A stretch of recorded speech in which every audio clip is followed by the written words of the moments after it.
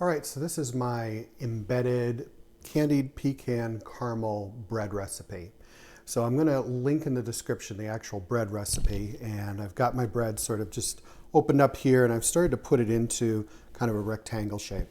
I have my candied pecans, and this just takes a few tablespoons of butter, some sugar, about a quarter cup of sugar, and then a little bit of molasses, salt, and vanilla. You mix that all together, pour it in a pan, hopefully with lots of foil on it, and then you can cook these in the oven at about 300 degrees for about 30 minutes, stirring it about every 10 minutes. And then they won't burn, but you get this nice caramel sort of coating. And you can use different flavors on them and certainly look up different recipes to candy some pecans. The other thing that I use is sweetened condensed milk. And you take the label off, clear off all the glue, and then you could boil this for about 90 minutes, and then you come up with this wonderful caramel. So this becomes my spread. So I'm go ahead and roll out my dough on a very lightly floured surface. And love this new rolling pin I got from Amazon. I'll put a link in the description if you're interested. But this is a great way to get it flattened out to an even depth. And again, just kind of pull out those corners to get it as square as you can. My intent is to put it into a bread pan. So let me make sure I got the length or the depth correct. All right.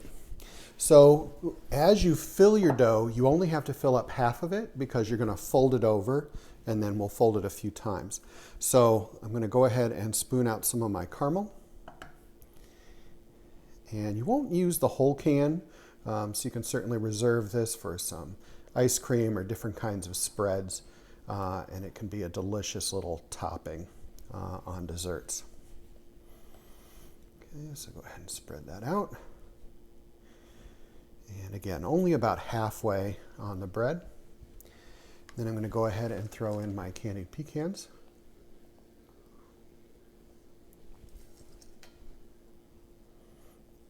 All right. And I'm going to take this and fold it in half.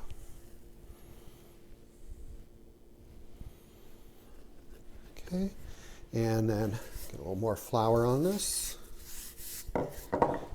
And I'm going to go ahead and roll it out. Turn this to make it a little easier. Okay. And again, I want to try and kind of sort of keep it as a rectangle as best I can. Okay, and there's definitely some leakage going on here, but that's okay.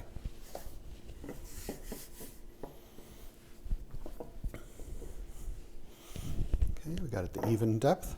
And again, spoon on my caramel on half.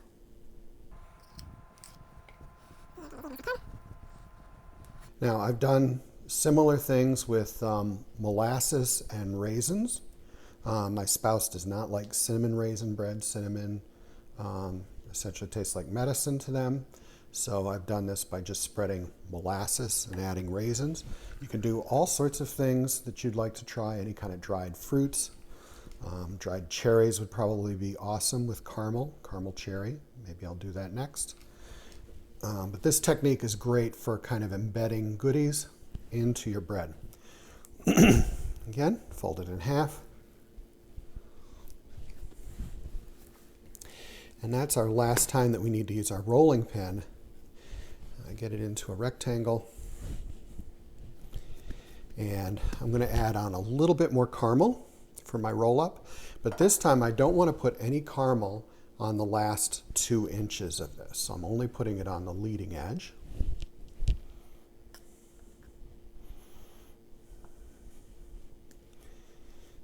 All right.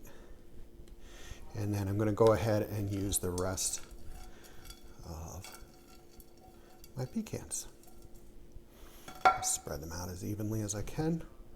This will be the center of the roll. All right. So now as I roll it up, I'm going to kind of pull on the dough to thin it up.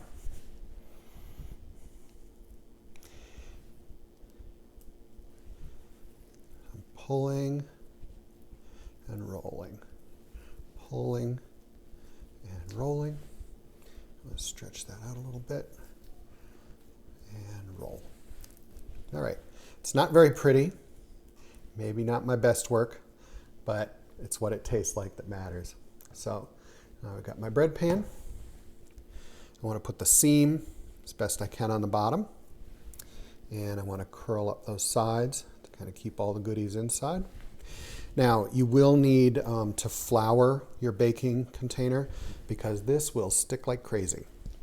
So caramel, getting caramelized, we get some double stickiness going there. So I'm going to go ahead and cover that with some plastic, let it rise for a couple hours before I bake it.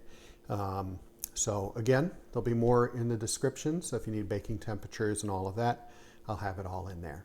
Thank you very much and keep baking.